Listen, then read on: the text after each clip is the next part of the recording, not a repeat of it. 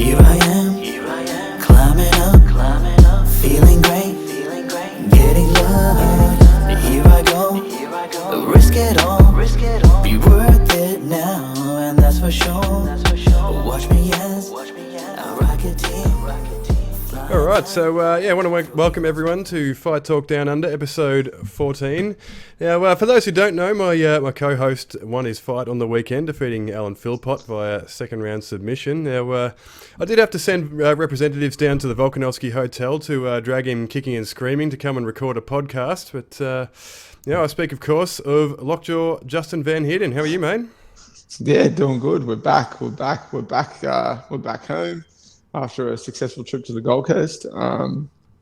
We're on the whiskey recording the podcast. I've been waiting for this and counting down. So no, we're doing good. We got the win. Come out unscathed. Didn't cop too much of any damage or anything in the fight. So yeah, we're cheering. We're very happy. Yes, we definitely are. And now, before we break the fight down, there's something that we need to discuss. We know that when fighters win, they do interviews, right? They like to thank their team, their family, maybe even their opponent. They might even call out another fighter for a potential matchup. Yeah. Or they might even choose to thank their sponsors, or maybe promote something that they might be working on the side, or a little side hustle, that sort of thing. And, see what you're saying. Yeah, with all that in mind, I thought it was interesting that there was no mention of Fight Talk Down Under on the Eternal 65 broadcast. Now, Lockjaw, you won your fight. That's great, but you had one job. So what happened? Yeah, I kind of dropped the ball, right?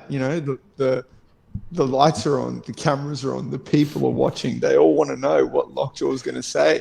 And you think he would plug his own podcast that he does with his mate Dan, and then he didn't. He forgot. So yeah, that was probably not my finest moment. I mean, like you said, won the fight, whatever. Thank Joe Lopez and Alex Volkanovski, whatever. Minor detail. Like little things. Yeah. But yeah, forgot to plug your own damn podcast in in such a big moment on UFC Fight Pass. Like that right there could have got us to that Spotify deal then and there. Exactly. But, I was waiting by the phone. Like I did say to you though, I mean, I did remember after the fact and did it in my backstage interview, but we'll have to wait for that to be put out and about and be on I guess. Imagine that'll be on the ESPN broadcast, hopefully, or I'm not sure how that works, but yeah, hopefully that gets shown and shared about, and we can get some exposure for Fight Talk Down Under on the biggest promotion in Australia's platform. Absolutely, yeah. We'll have to see when the replay is going to go to air on ESPN. So we'll keep everyone posted on that. But all jokes aside, let's break it down. You're primarily known as a grappler, right? That's probably what people would mostly associate with yourself. And you managed to frustrate Alan Philpott standing up, really, up and leading up to the submission. And if we're being honest, I'm not going to kiss you on the dick too much, but we didn't see the that sort of lateral movement and the feints and the flying knee and all those sorts of tricks in the Josh Riley fight. So is this all the stuff that you've sort of been working on quietly in the background? I mean, yeah, obviously since I joined freestyle, I've just been improving my game as a whole, and obviously especially with the stand-up side of things, obviously, you look at Alex's performances inside the cage and you look at what he's able to do and the range that he works from, the movement, the vision, the understanding. And, obviously he's at such a high level with that, but that's sort of an area that I've sort of thrown myself into just completely to even look to improve that much more. And then I found me focusing on that and improving on that and learning from him and Joe and absorbing the things that they're teaching and getting more comfortable in that area has improved my overall MMA game as a whole, because obviously, the better understanding of distance, the feints, the subtle sort of things that I work on with Joe and Alex allows the wrestling to be set up better, allows for these other things to sort of flow together. So it's definitely something that we'll be working on. So I work at Freestyle under Joe and with Alex. I work, on everything, even my strength being my wrestling and my grappling. That we still do that, as well. But yeah, 100%. I think the biggest thing this time around too was because you talk about styles making fights and different, different people, different matchups, different sort of situations. I believe with the Josh Riley fight, like when it came to that side of things, there was glimpses of me doing that and actually, being confident and actually being like, all right, let's showcase the ability that we have here. But then there was also it kind of just like lapsed a little bit. Whereas for this fight, I was like, well, you don't need to do that. I mean, you should be like as confident as you are with your wrestling and your grappling. You should be confident with your entire overall MMA game because you are well-rounded. You have the ability and the skill in all areas, and you're working so hard in all areas. So you just need to approach it the same way. So yeah, this fight and especially with Alan, you got to give the dude the respect that he's very experienced. He's very handy on the feet. He's a reactive fighter, a counter striker. So if you're fucking around with your distance and you're not on point, he's going to make you pay for it. He's there. He's ready to counter, and the dude's ready to hit hard, and he's slick, and he's handy. So it kind of, I think there was a few factors, but yeah, definitely the plan was, let's showcase, the other abilities that I have, and kind of show these guys that if they come into a fight with me and they think that I'm just a wrestler and a grappler, they're going to be in for a bad fucking time, because I'm not. I mean, yeah, that's my base. That's where I started with. That's my favorite shit. I won't lie, but I'm a complete mixed martial artist, and I'm dangerous everywhere. And I feel like this fight was a showcase of that. Like you sort of touched on, I was able to frustrate him a bit on the feet and kind of dictate how things were taking place, and kind of get him to step out of his comfort zone. And then obviously I had the success and with the wrestling side of things. I was impressed by Alan's improvement that he's made with his wrestling. He was able to sort of get back to his feet in the first round, threw up an armbar, kind of, which kind of caught me off guard. Didn't expect that from him. Was able to get back to his feet. He got a nice little trip on me, because I'll be honest, I don't really respect his wrestling, and he's obviously improved, and it's something that he's worked on, and he showed that because he hit a nice trip on me from when he had his back against the cage, and I kind of got a bit lazy with my foot placement. He hit a nice trip on me and took me down. So you can't knock that. The dude's obviously improved on his wrestling. So, but overall, I was able to showcase my skills in that area as well, and obviously I showed that I'm dangerous everywhere, and if you give me a glimpse of an opening or just one little moment for me to do my thing, I'm going to put you away. And that's obviously with the finish, with the jiu-jitsu coming into play. But yeah, I feel like, I don't know, I'm happy with my performance overall. I'm happy with the win. I'm not happy that I didn't finish him in the first round. I really wanted to put him away in the first, and I feel like the opportunities were there, but I didn't capitalize on them. But hindsight's one thing. But overall, I'm pretty happy. And then, yeah, obviously there was a few things that I got to bust out and showcase, like with my movement, my distance, my head movement, my footwork. And then, yeah, that flying knee was that fucking close. And that's something that obviously I kind of, especially after taking him down, I knew was going to be open, because I knew that he wasn't going to be respecting what I was presenting on the feet, because obviously I'm a grappler, I'm the wrestler. So I felt like the opening was there, and it was that close. So credit to that dude for I guess, defensively getting something in the way and kind of not copying it square on the chin, because if he did, I can promise you right now, he would have fucking been 10 toes to the ceiling, and he would be looking up going, what happened? So, but obviously it takes two of us to tango.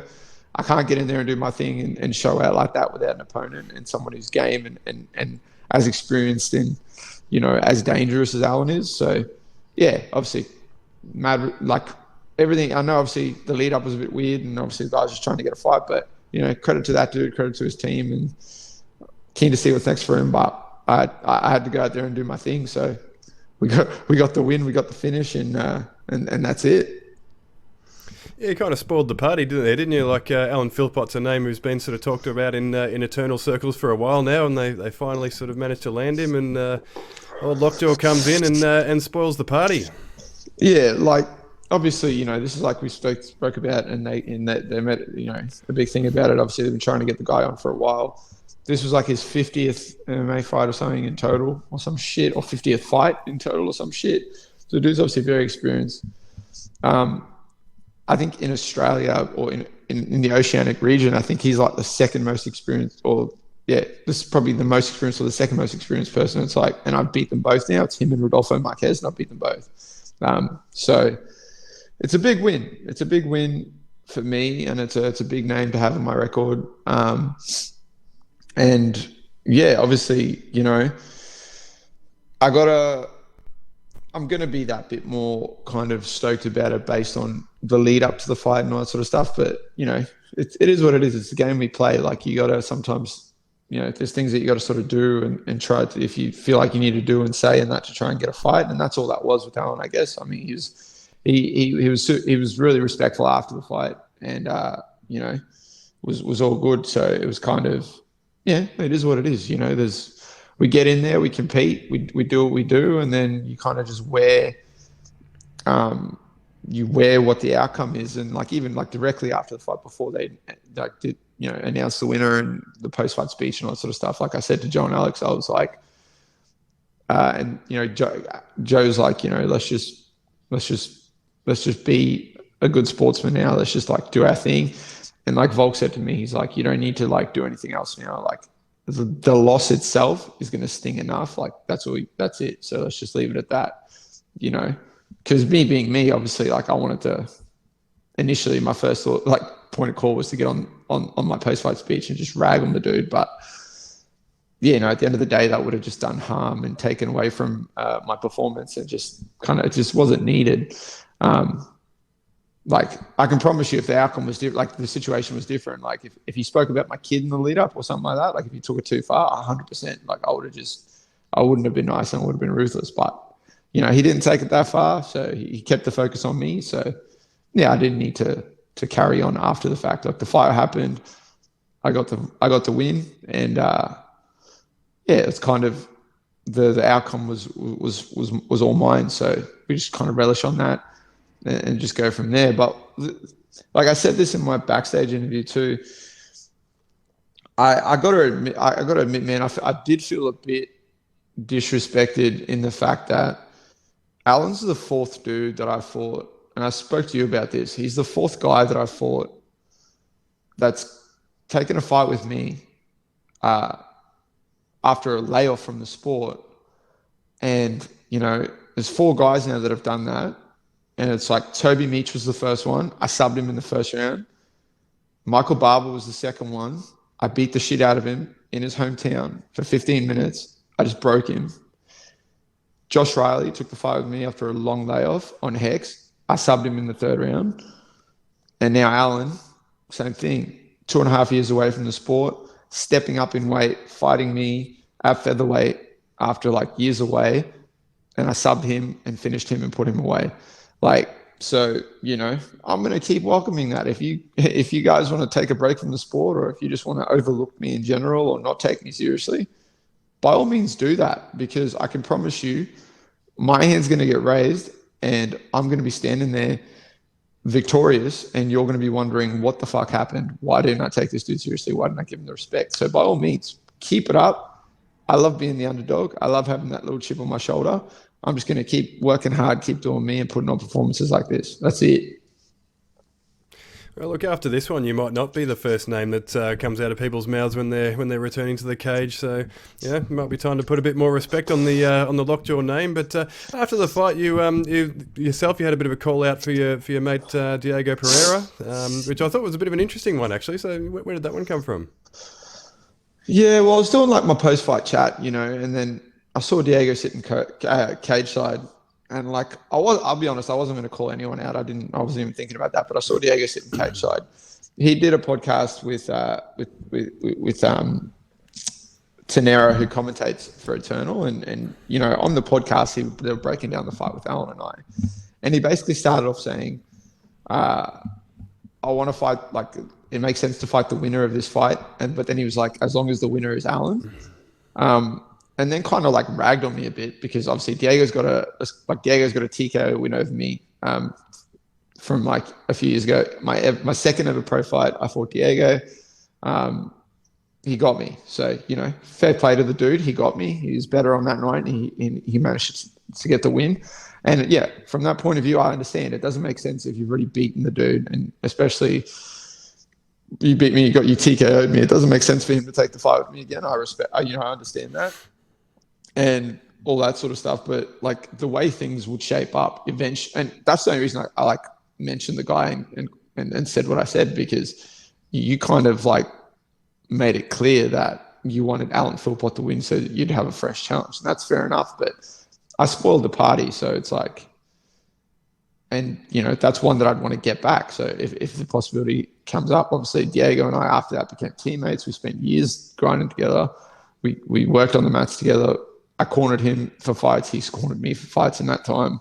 And like, we're friends. So I was kind of caught off guard by his little spiel on the podcast that he did, and kind of, it's like, what got me was he said, I've already got a win over him and I TKO'd him, and if we were to do it again, the outcome would be the same.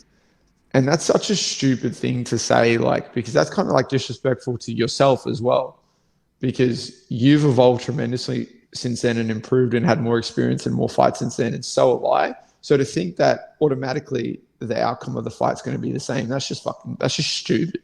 If it was the other way around, even if I was the one that beat him and I had the win over him, I wouldn't think that. I'd be like, all right, I treat it as it's a fresh thing. I'm like, man, like, here we go. Like, we gotta be on point. Let's do it again. I guarantee you, if you were to take the fight and you were to approach it like that and think that it's just going to be the same outcome, you're going to set yourself up for failure. Because I wouldn't approach it like that. 100% I wouldn't approach it like that. Obviously, I'd be confident and be like, all right, I've got to win over this dude. And yeah, you can absorb that and you can thrive off that, but you can't just automatically assume it's going to be the same outcome. You'd be doing yourself a detriment. So yeah, that's sort of where that stemmed from. Obviously, from my end, there's no malice or hate or whatever.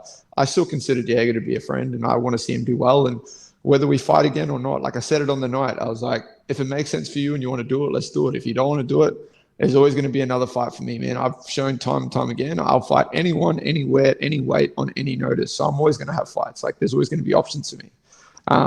And yeah, so yeah, I kind of just thought I'd throw that out there and see what the go is. But yeah, whether it happens or it doesn't happen, it's not really, it doesn't really faze me. But I just kind of, in that moment, it kind of was one of those things that just popped into my head, and I was like, all right, I just got to put this out there and make it clear. But yeah, so we'll see. But that's, I'll talk to my coaches, talk to my team, see what the options are, see what things we get thrown our way and stuff like that. But, if that fight happens, it happens. I think eventually, especially if Diego wants to stay at featherweight, or if he's, keeps fighting or whatever, then eventually you're going to have to like potentially fight me again, because I'm right up there in the mix with the top featherweight. So it's like, yeah, eventually it's going to be an option that you're going to probably have to consider. But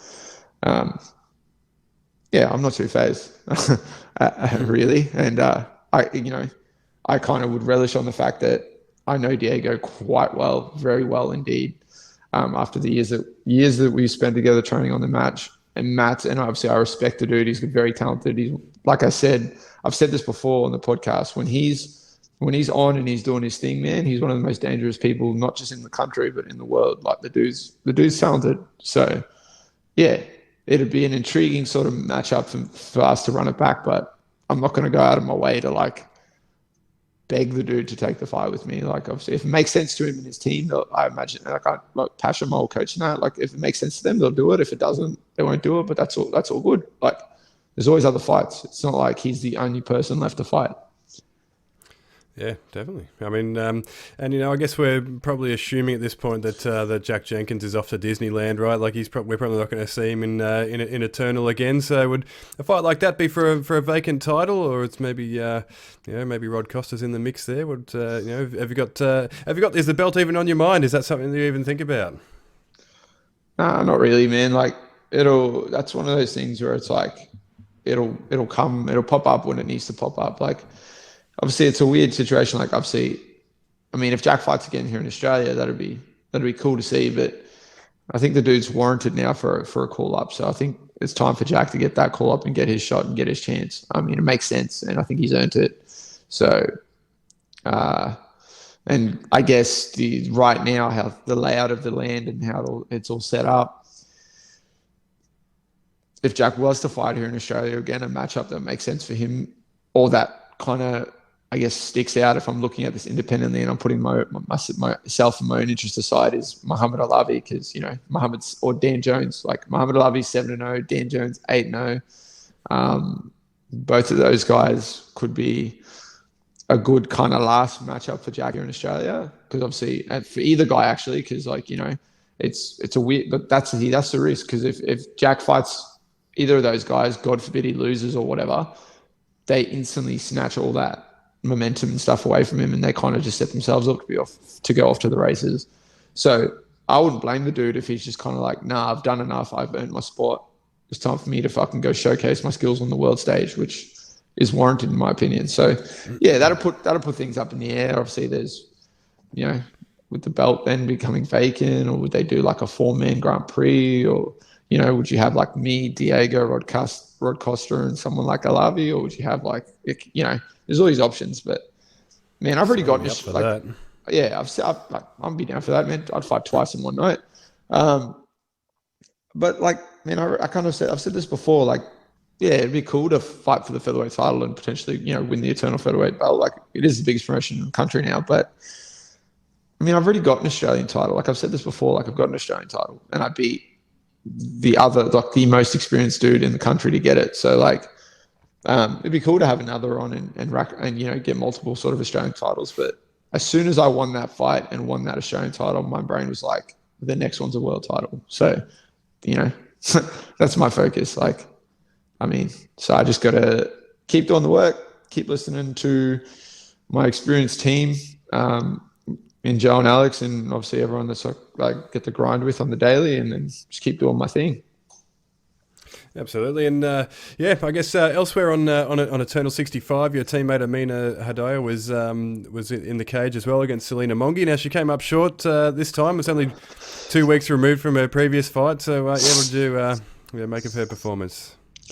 Look, obviously on the night I watched it live. I was there. I want my teammate to do well. I was going to see, go for her, bat for her, and want to, cheer for her.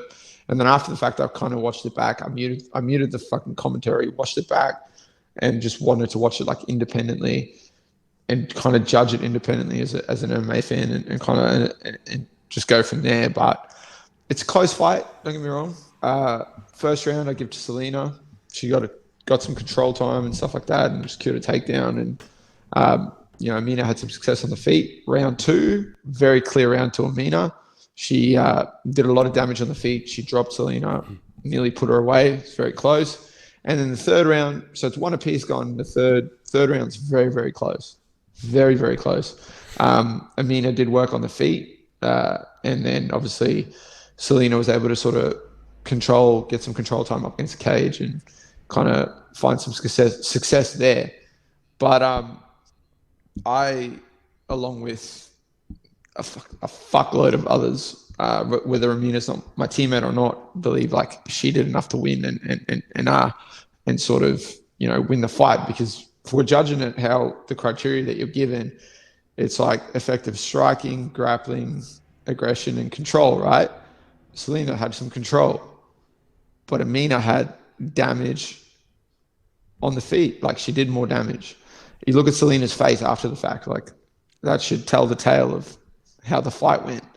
And if you haven't watched it, go back and watch the fight. Let us know what you think and stuff like that. But for me, your mouth and your your mind and all these sort of things can like portray things and do things, but the body doesn't lie. If the fight ends and your body language and your sort of demeanor is not that of, yeah, like I won that fucking shit, and you're not like, yeah, I won that shit. If you're like Amina, as soon as the fight ended, she threw her hands up and she's like, yeah, I won. I fucking killed it. I won.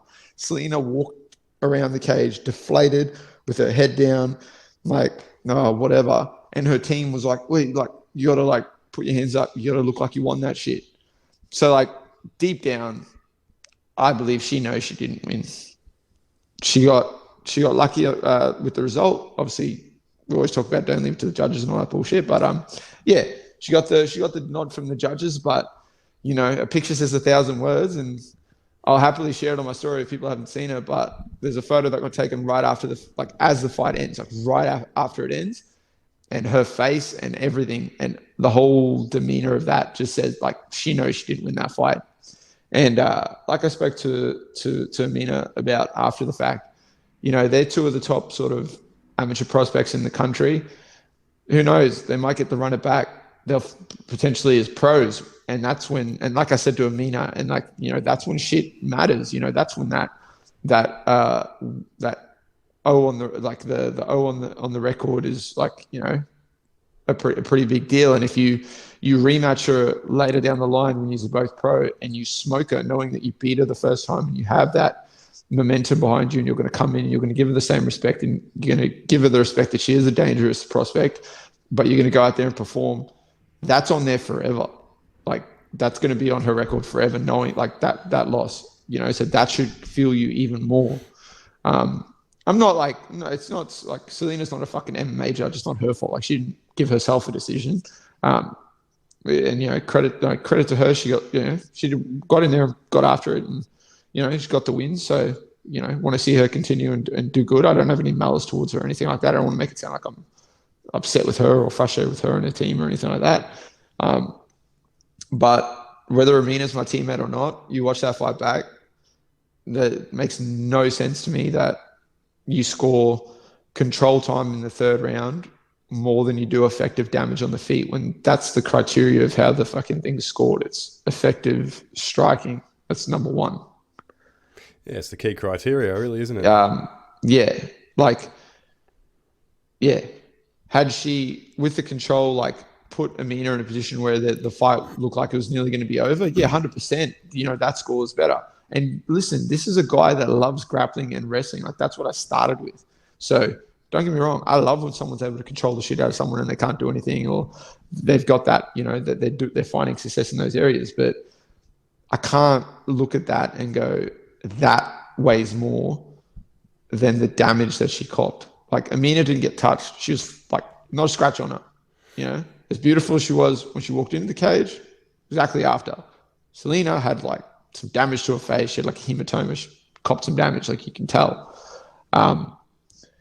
Yeah, I mean, fair enough. The judges gave Amina the second round clearly, but like, and obviously the first round was 100% Selena's. I'm like, we're not no ifs, ands, or buts. And Volk and Joe both told Amina before she's gone in for the third, it's one apiece, and like this is the round that's going to decide it. So decide it. No one was trying to like put any false hope in anyone's fucking mind or anything like that.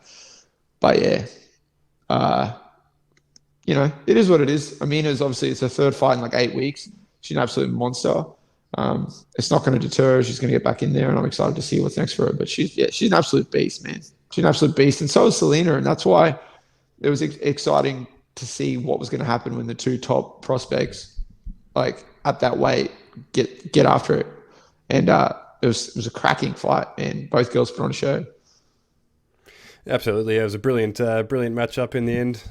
Yeah, like you say, and you know, again, as you touched on there, like the amateur record, it all sort of all sort of fades away. So you know, they just get a free hit at it really early in their career, and it was it was a fun one for the fans. So yeah, let us know what you all think of the result. You know, we can start the debate on the Fight Talk Down Under Facebook group. See how everyone scored it. But Also on the main card, there was Tim Schultz versus David Martinez. So they came in before yourself and Alan, and it pretty much played out as we predicted, really, didn't it? Like Martinez's grappling advantage was pretty clear, and in the end, it was a much needed win for the smiling assassin, and for Schultz's part, look, it was his third pro fight, so he went big and he came up short, so I'm sure he learned a lot.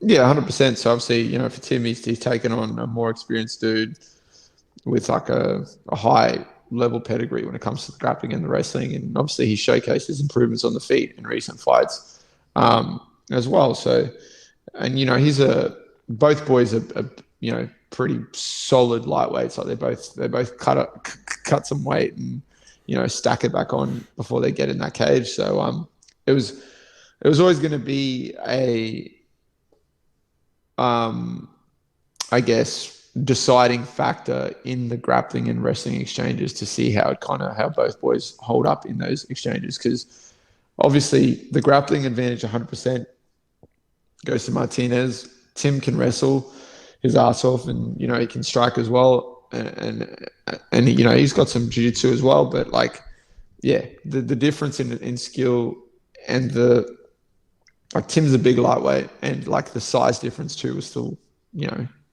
a factor there too. I think Dave was a lot bigger and stronger as well in that cage, and kind of just did his thing, man.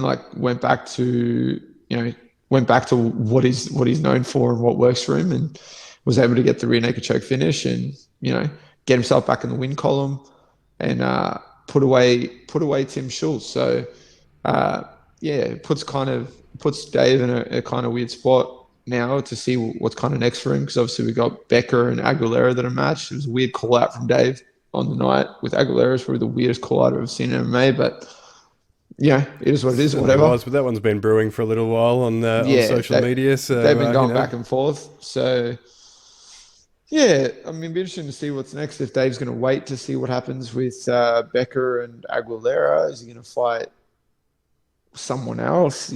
For my money, a matchup in the interim with Dimps, a rematch with Dimps makes sense after Dimps' performance against Josh. I mean, that could be interesting. So who knows? Obviously, Dimps is out a bit. We'll talk about that, but that could be an interesting matchup.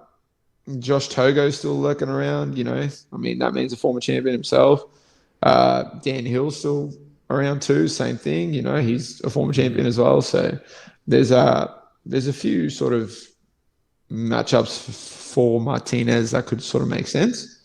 You wouldn't do like a Martinez versus Josh Kuhn with Josh coming off a loss. If Josh rebounds, wins a fight, that could make sense. And then we're talking about the winner of that fight potentially progressing forward to closer towards the belt or something like that. But it's just going to be up to Dave and his team what they decide to do, and obviously what kind of how things play out, because who knows? It's like the fight with Aguilera and Becker is scheduled to take place soon in a couple of weeks or whatever. There's a potential chance, I guess, that Becker gets a call up before then, and then does Aguilera fight Martinez for a vacant lightweight title? There's all these little scenarios that could potentially happen, but I'm pretty sure, that'll be the way it's set up is that the rematch with Jack and Aguilera is his kind of swan song before he, is off to the races himself. So I think that's the dream outcome is he fights Aguilera, beats him again, and then he's off to the races. And then obviously if Aguilera wins, he takes all that hype, takes all that momentum, and sets himself up pretty nicely. So I guess Dave's thing right now is just sort of wait and see and watch how things play out. Yeah, definitely. There's plenty happening in the lightweight division there, as you just you just painted a picture for us, and it's kind of hard to get a read on where Martinez sits in the in the division, and like you say. So you got something to say there? There's one more thing that I forgot is motherfucking Blake Donnelly is still in the picture and in the mix, guys. Let's not forget about Blake fucking Donnelly, all right? Don't you worry. My boy Blake's going to be back in the mix real soon. So that's gonna throw a spanner in the works too. And he's already got a win over Dave Martinez. There you go. Yeah, there's fun matchups for him in there as well. And Martinez, it kind of feels like, he's back in the win column now. He's beaten Tim Schultz, but I don't know. It kind of feels like maybe he needs another win just to sort of get himself back into that title picture. He was on a bit of a skid before the fight on the weekend. So, but I guess at the same time, Aiden I think has lost 4 in a row, and he's been sort of fast tracked into a title shot with Jack Becker. So, potentially it could be a fun matchup. They might just choose to sort of strike while the iron's hot with that the grudge match with Aiden and Dave. Yeah, who knows? Yeah. Look, he's back in the win column. That's the important thing, and hopefully he can keep that momentum going. But in the main event was obviously Josh Kuhn versus Dim Skillies, and it really played out as advertised. Like, what can we really say about a fight like that? Like, it was an absolute war in the end, as advertised, and really it was probably Gillies' defensive fundamentals that were probably the difference in the end in what was a bit of a back and forth war. So how do you break that one down? Yeah, it was a slugfest. Obviously, on the night, I only got to watch the first round live because obviously I fought on the night, and the whole process was just crazy. And then I was doing a backstage interview and blah blah. But watching the first round live was just fucking insane because obviously that's Josh's. That's his whole fight experience is based on that first round. So he was still fresh then. He was still feeling comfortable, feeling confident, and the boys just got after it. It was like a slugfest. So. To sort of see that was insane. Obviously, after the fact, I watched the whole fight back, and it was fucking insane. It was obviously just a slugfest, but that was always going to be the interesting factor. Like, obviously, the if you're a betting person, I wouldn't blame you for betting and thinking that Josh Kuhn was just going to get another first round knockout. Obviously, it's hard to knock that when that's what he's done his whole fucking career, but. We did sort of touch on the fact that it's going to be interesting to see how he responds when he does throw them big shots, and Dimps wears them, smiles back at him, and is like, let's go, let's do it. And obviously Dimps fucking showed exactly that. Like, he wore a couple in the first round that were like some hard shots, and then after that, the head movement was on point, the hand placement was on point, the defensive side of things was just perfect for the dude. And he was slipping, moving, fucking countering. He was just doing his thing. It looked like he was having a ball out there. And obviously after the first round, when they come out for the second round, that's kind of like when we saw that adversity start to creep in for Josh, and the doubts start to creep in, the uncomfortable territory, the deep waters, that sort of stuff started factoring in, and then. Dimps dropped him twice. Like, he nearly put him away earlier in the fight, and then he dropped him right on the bell at the end of the third round. So it was just really, it started off just being a slugfest in the first round. And then from like the minute into the second round, it pretty much just turned into a clinic from Dimps. Like, that's the way I'd describe it. It was just a clinic from there on out. It really fucked me off when I watched it back. And like, it's not a knock on Tenera or Ben Vickers, but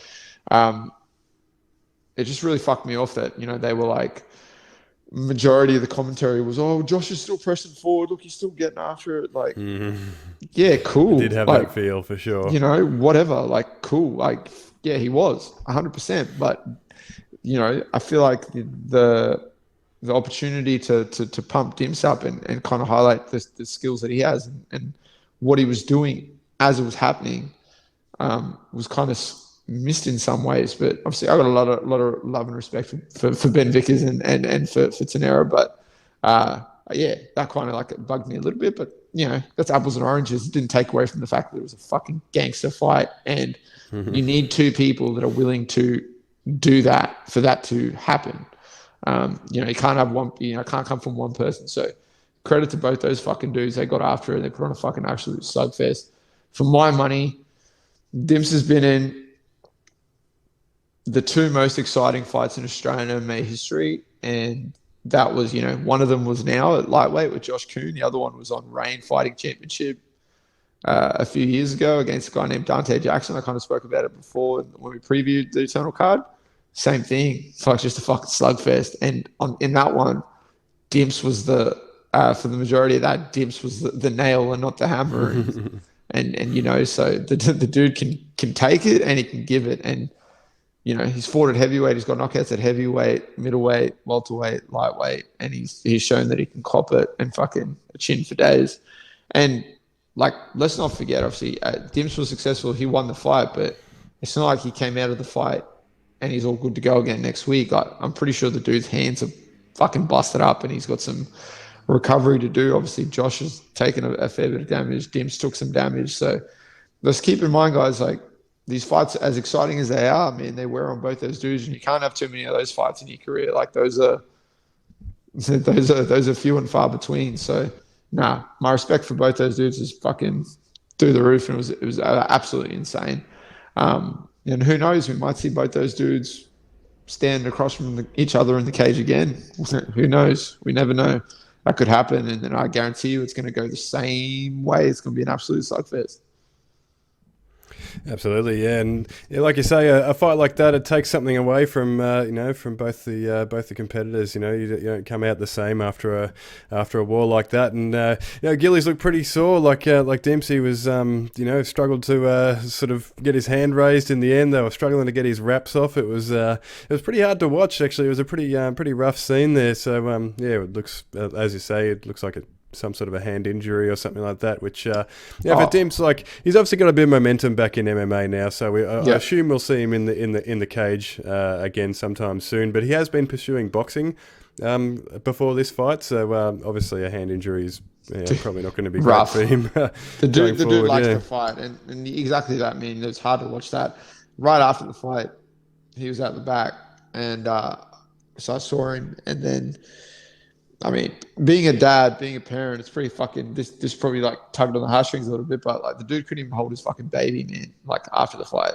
Like, that should just tell you right there, that's rough, bro. Like, that's what that fight took away from him. The guy can't hold his kid for the next however many weeks, or even if he can, not easily. So I don't know if you guys, like, for people, our listeners or everyone like tuning in now, like, I don't know if you know, but Dimps is a proud fucking dad. So shit like this takes away from you. You know, he's made it clear time and time again. He does what he does because it keeps him on the straight and narrow, it keeps him in a good place, and provides for his family. So, fucking good on that bloke, and good on Eternal for giving them all the bonuses.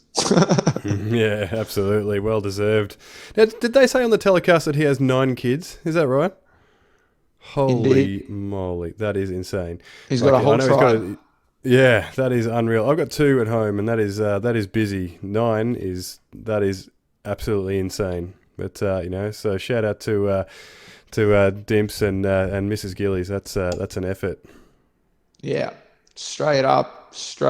And like, also, we got to point out that same thing for Joshy. Joshy's got 2 twins at home as well. The dude's got he's a dad as well. So at the end of the day, man, these dudes have to go back to their families, and when that fight's over and the cage door closes and it's all wrapped up and the lights get turned off and the broadcast ends and whatever, it's all a wrap. At the end of the day, after that, you're just daddy or mummy or whatever. Like, you're not the fucking fighter that just stepped in the cage. You're just the person at home. So fuck, both those dudes had to cop a lot of damage. Both those dudes were in absolute war, and both those dudes have to go back to their families, and I'm sure that takes away from that side of things as well, 100%. Absolutely, and great event in the end. Eternal 65. It's always a fun one. So well done to Cam and Ben there. Now we're going to cover off. We'll quickly run down No Limit Boxing. Now this episode's going to go live pretty much on the day of the fight. So once again, we'll be judged in retrospect with our predictions on this one. But we'll quickly run it down. The card's headlined by Paul Gallen versus Chris Tashevsky.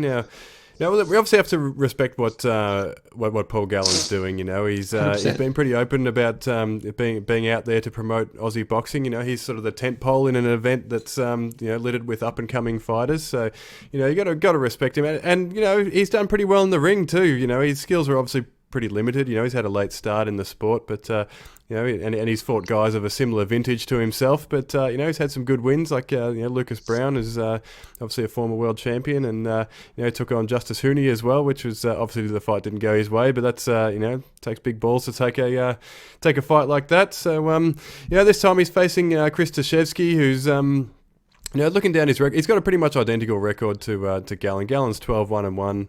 Tashevsky's 10-1-1. So, you know, he's you know, probably should have the advantage over Gallen skill wise, but you know, it looks. Looking down his record, he looks like an untested opponent, so he might be sort of another hand-picked opponent. But yeah, what do you reckon of Gallen versus Tashevsky? Fuck, man, he is putting some eyes on Australian boxing, so I'm all in on the G train. Fucking interesting fight, like you said. You know, skill wise, we got I don't think Gallen has the advantage skill wise on paper, but I feel like, you know, yeah, he's got that that bit of sort of mongrel in him that we've sort of seen, you know, in these other fights. And also at the end of the day, man, the dude competed at a high level in professional sport like his whole life. And, you know, that does translate. The boxing skill, late start, you know, you're trying to learn that, you're trying to build that up, but the mindset, the work ethic, all that stuff carries over. And you know, he has that in spades. So yeah, for my money, I'm picking Gallen to get the knockout victory. It might be, yeah, who knows, it might be a tough task for him, but on paper, but I feel like he can get it done. And, you know, regardless, the dude's putting eyes on the sport of boxing here in Australia, and he's helping build it up. So cannot knock the dude. Absolutely, yeah, and you know, look, if he's going to win ugly. But you know, like you say, that you know, there's up and comers on the card, and one of the biggest names in there is Nikita Tszyu. He's having his you know, his second pro fight, this time against Mason Smith. So you know, he's obviously a highly touted prospect. We know he's the younger brother of Tim Tszyu and the son of Kostya Tszyu. And really, we didn't really get a great sample size in his first fight. He put the guy away. I think it might have been in the second round or thereabouts. It was fairly quickly, yeah. And but you know, he looked pretty sharp doing it. But this time they've picked a guy called Mason Smith, who's I think he's from here in Melbourne. He's 5-0, so they're not picking bums. You know, like you see guys like Nikita Tszyu. You know, they might have a name. The young fighters, they might pick someone who's one win and 25 losses. You know, those people exist in boxing, you know, and they're the ones that they will often cherry pick early on. But they've picked an undefeated fighter. He's full of you know, he's full of confidence, but you know, looking down his record, he's relatively untested. So yeah, what do you reckon of Nikita Tszyu's abilities? Yeah, I like the fact that this is the sort of matchup that they've gone with, you know, for this fight, and kind of build up from there. But I think he's going to just have to say, I think it's going to have a pretty much a very similar outcome. I think he's going to go out there, show out, and you know, get the win quite handedly over Mason. So I feel like, yeah, I think it'd be very similar. I feel like, yeah, it is a step up for sure, and they're giving him someone that seems to be like, you know, a bit more of a sort of talented opponent. You know, he's undefeated, whatever. That's sort of a big thing in boxing. But yeah, I feel like he's just going to go out, show out, and get another stoppage win, 100%. Yeah, we'd imagine it's probably a hand-picked opponent. Like, you know, a guy like Nikita Tszyu, like, obviously they want to build him up slowly, and in his second fight, I don't think they would be picking anyone. Despite the undefeated record, I don't think they would be picking anyone who's, you know, going to be a bridge too far this early in his career. Because, yeah, again, like you mentioned, being undefeated is a big thing in boxing. Can't afford to take losses early in your career. So, yeah, I imagine that's probably the way it'll go. But also Harry Garside, who's an Olympic bronze medalist, he's you know, he's 2-0. He's taking his third fight against a young lad from Tassie called Leighton McFerrin, who's 5-1. Again, it kind of reads like a bit of a similar you know, a similar type of matchup to Tszyu versus Smith. Like you know, McFerrin. He's kind of fought fighters of a similar experience level on his record so far. So, and he has beaten some undefeated fighters before. So, it looks like this guy's no mug. You know, he's not coming all the way from Tassie to lose. But Garside again, he's an Olympian. So, you know, I imagine that you know, they've probably picked an opponent that they reckon he can beat. But on paper, it looks a good matchup. What do you reckon? Yeah, so obviously, you know, Harry Garside, Olympian. Dude might be the nicest dude in Australian boxing right now as well. Yeah, Nah, so keen to see him back in there. Keen to see how this sort of plays out for him, and you know he's building himself back up now. He's kind of early into his pro career, and yeah, obviously Leighton's coming from Tassie. I know his coach quite well. Obviously, from the MMA side of things, he's Sean Etchell's head coach as well. So, you know, they're down there from Tassie, and you know, I don't know if you've been to Tassie or if you've seen some of these boys from Tassie, but yeah, they love to punch on. So, I think it'd be a big oversight for Garside and his team to think that this is going to be like a straight up just clinic that they can put on and an easy win for them. You know, obviously, I like both guys. I like both guys' chances in the fight.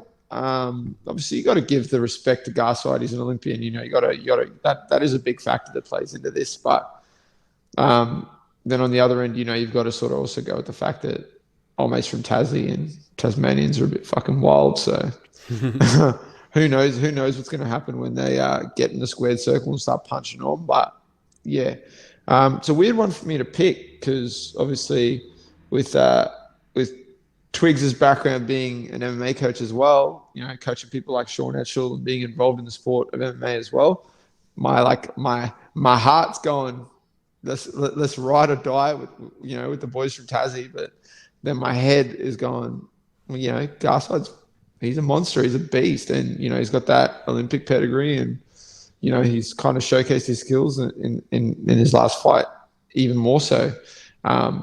So yeah, I'm a bit tossing up the matchup. I'm a bit confused about who I think is going to win, but you know, you're always going to get a prediction from me. So for my money, I'm going to say it's going to be a slugfest. It's going to go the distance. And I feel like we're going to see Garside edge the decision. Yeah, I agree. I think it's probably going to go that way, but yeah, I think maybe just the boxing skills might be a little bit sharper on Garside's end. And look, you know, McFerrin was really respectful at the presser as well. Watch the presser yesterday. They were saying it might be the nicest fight in the history of Australian boxing. Both guys were really nice and respectful to each other. Obviously, we know Harry Garside's a really nice and respectful character as well, but. One fight that certainly won't be the nicest fight in the history of Australian boxing is Hassan Hamdan versus Trent Girdham. These two have had plenty to say to each other, and it's a fun matchup on paper. Obviously, Trent Girdham's your teammate, so you'll have plenty to say about him. But he's undefeated so far in boxing. He's coming up against a highly fancied prospect this time. But Girdham's a guy who's been there and done that in MMA. And he's had plenty to say to Hassan Hamdan, who's obviously the son of former world title challenger Nader Lionheart Hamdan, and he's trained by Jeff Fennick. So he's a guy who there's high hopes for him in the sport. But it sounds. I guess for me, like, it sounds a little bit similar to Hardman versus Zarafa on paper, Girdham's kind of crossing over from MMA, and he's taking on someone who's been sort of boxing his whole life. So, what can you tell us about this matchup, and what are Trent's boxing skills like? Can he match it with a guy like Hassan Hamdan? Hamdan's obviously, the dude can box, man. Like he's got some skills. He's a good boxer. And obviously, Trent is my teammate. It's no secret. I want to see the dude go out there and fucking kill it. So obviously, I'm not going to pick against my fucking boy Trent. But yeah, Trent can box. Like Trent's just a very talented individual when it comes to the art of fighting in general. When it comes to the MMA side of things, the dude can do it all. But if I was to pick one thing or one area that the guy just has a certain, swagger or just kind of like ability to just do things that you're like, what the fuck, man? Like, and just kind of just looks like he's just flowing and playing and just, not even really trying. It comes to the boxing because that's his base. That's what he started with. Like, people don't actually know, like Trent, he can box, like he can legit box. So, and he's got a really good coach. And he's obviously undefeated so far in boxing, and this is a a good matchup. This dude's gonna, Haas is gonna be out there ready to put on a show. He's gonna have a chip on his shoulder. You know, training under Jeff too. The guy's gonna want to come out and showcase his abilities, and he can box, man. He's a good boxer, but I think people are just gonna be in for a pleasant surprise when they, this is going to be another fight where Trent can showcase his abilities, his experience as a fighter. Like, regardless if it was in MMA, the dude's fought all over the world. He's had like 40 odd fights in his time, like across boxing, kickboxing, MMA. And like I've spoken about, that experience in general, in just competition in sport, translates. It doesn't matter. It doesn't matter if he was playing fucking basketball. That would translate in some way. But the fact that it's MMA, kickboxing, that sort of stuff to boxing, yeah, I get it. Boxing's a different sport in that sense. We've seen MMA people go over to boxing, and we've seen some success. We've seen some people struggle a bit, but this is a special instance. I mean, when it comes to fighting, the dude is just born for this and made for this. When it comes to the art of striking, whether it's kickboxing or boxing, or just, if it's on the feet, Trent can do it. And obviously Haas is a talented boxer. He comes from, a lineage of boxing, like a family lineage of boxing too. So the dude's been doing it his whole life. So I expect some fireworks, but yeah, I feel like Trent's going to come out and spoil the party for Haas and his team, and he's going to have he's going to have a clinic put to showcase and put out there for everyone to see, and kind of just have Haas 10 toes to the ceiling, looking up the sky, going, "What the fuck just happened? I got knocked out by the MMA fighter."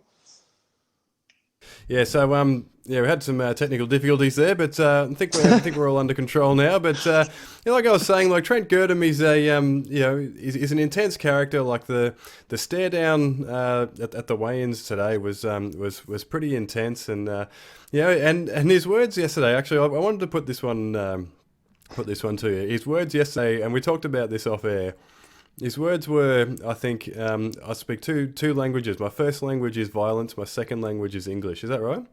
Yes, that might be the best quote I've ever heard at a press conference. Yeah, we had to put that one. I just wanted to drop that one in there because that was a fun one. But does Trent have to sort of does he have to make it ugly? Like he's obviously coming in there against a sort of a well-drilled boxer. Does he have to win ugly, or do you think he can actually box with someone like Hassan Hamdan? Oh no, he can box with him, bro. He can box with him. Trust me on that. Like, whether he's my teammate or not, trust me on that, man. This kid's talented, and his understanding of boxing and distance and all these sort of things, it's second to none. And I even in the last couple of camps we've done with Volko, we've had part of the camp, I think for Ortega, we had boxers come in, professional boxers come in and do some rounds, and Trent, you still sort of watch Trent move around with these dudes, and man, he was just beating the shit out of them. So I'm not gonna even second guess his ability to actually get out there and box. And even if end of the day, things start going to be weird, he's got to make it a bit ugly or whatever. He can do that. He can do that 100%. But Haas might just want to be careful, to keep them hands extra tight so he doesn't get fucking kicked in the head, because he's fighting Trent Girdham. He's not called Wild Style for any reason, and you've been a bit of a fucking muppet in the lead up. So, I would knock Trent if he just kicked him in the head. At the end of the day, boxing's not his main focus. The guy is an MMA fighter, and I think he is planning on keeping it going in both sport. But I wouldn't blame the dude if he just straight up head kicked the guy when he's in there. There you go. Yeah, so Trent Girdham might be the man to sort of spoil the party. We know Jeff Fennick trained fighters. They're often sort of pretty well looked after, and there's often sort of high hopes for them. So there you go. That could be a real sort of spoiler role for Trent Girdham. There you go. So yeah, we'll see how that plays out. That'll probably be playing out as this goes live out on YouTube and Podbean, Spotify, etc. So we'll see how it all plays out. There is one thing with boxing, because I know we spoke about this boxing, it's Australian boxing, but real quick, while they're talking boxing, you guys thought I was gonna give you a rant or like quickly just rag on someone. But if you are one of these fucking people, I don't care if you're listening to my show, anyone's show, it doesn't matter who it is. If you're one of these people that's out there right now ragging on Canelo Alvarez, go fuck yourself. Go run your head into a brick wall and go fuck yourself. How can you knock on a dude that lost, who has cleared out multiple divisions, got belts in multiple divisions, who then put himself on the line, jumped up to another weight again, getting after it, taking on someone, and putting himself on the line like that, putting his legacy on the line.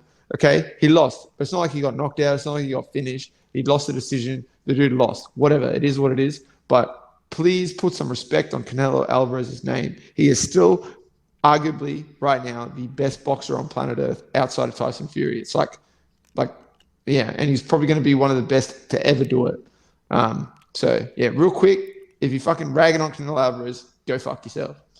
There you go. It wouldn't be a Fight Talk Down Under episode if we didn't have a little bit of a rant like that. So yeah, appreciate that. And yeah, absolutely, Canelo Alvarez. We can't forget everything that he's achieved just based on one performance. That's that's ridiculous. But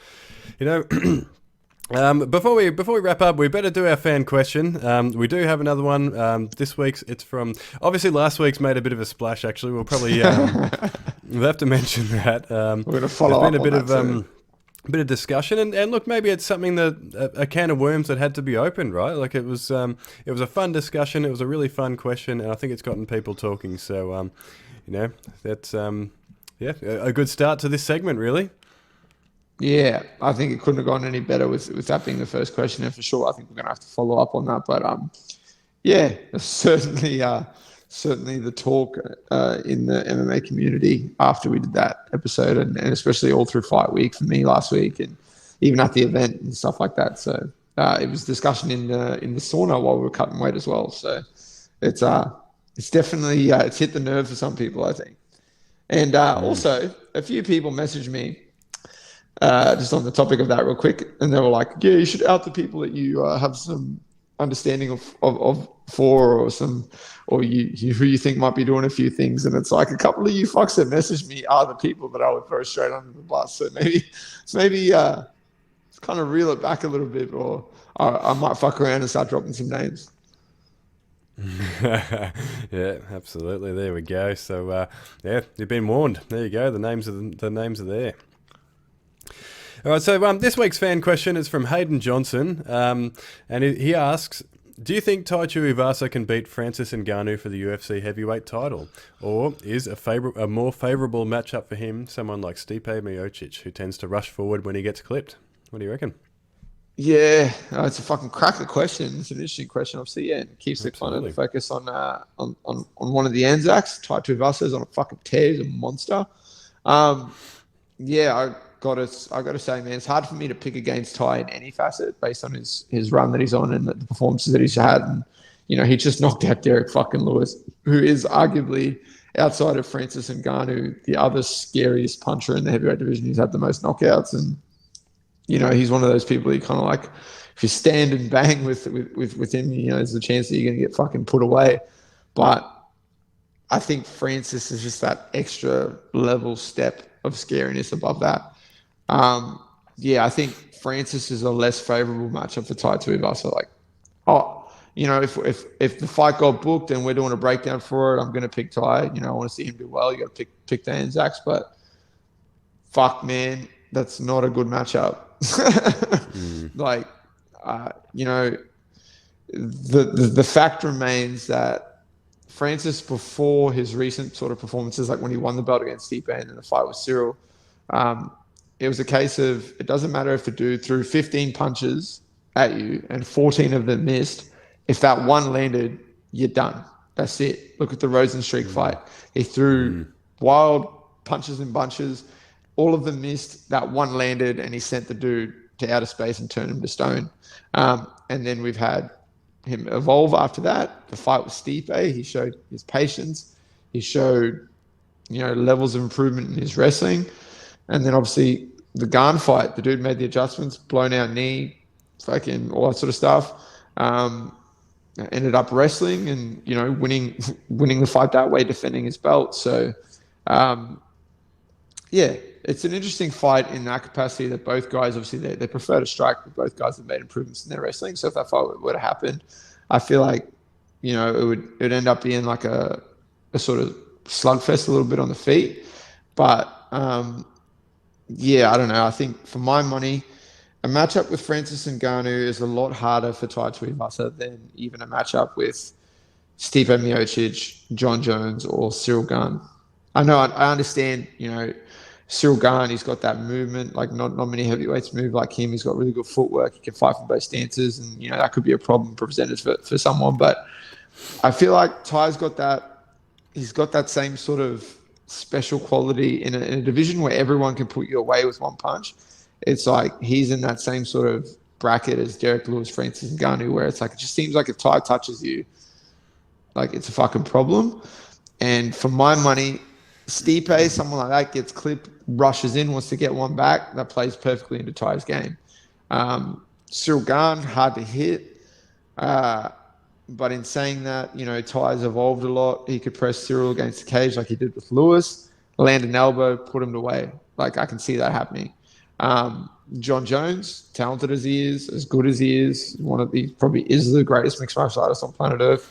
Or one of, I feel like, yeah, he fought a light heavyweight his whole career. I feel like if someone like Tai Tuivasa, Derek Lewis, Francis Ngannou hits him, they'll put him to sleep. They'll turn him to stone.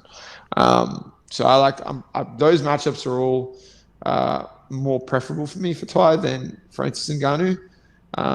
But yeah, I don't know. That's sort of how I see it. I feel like if that fight gets booked, I'd want to see Tai win. I'm going to back Tai 100%, but fuck, it's a hard matchup for him to win. What do you reckon?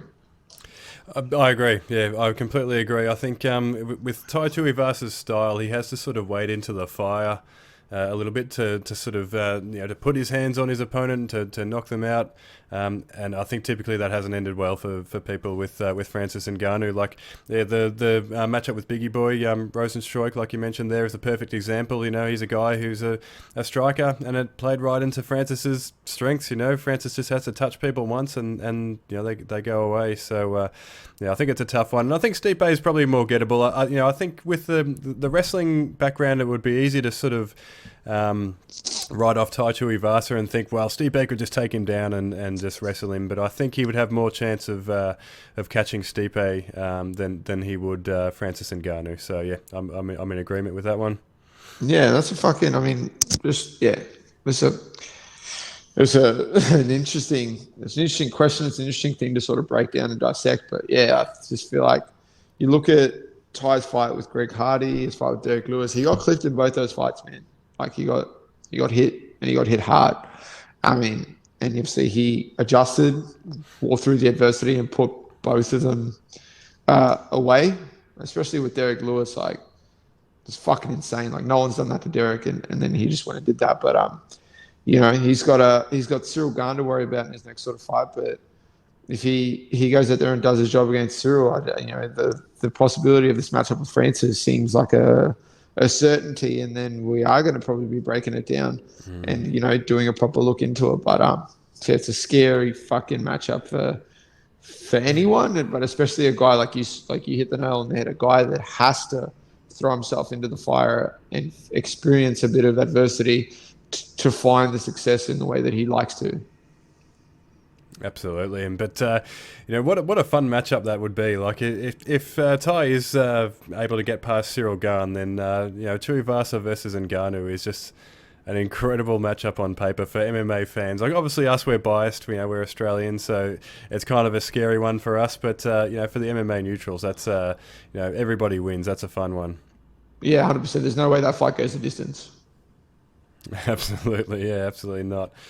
Of course, everyone, if you've got any questions for future episodes, let us know on social media. Our handles are below.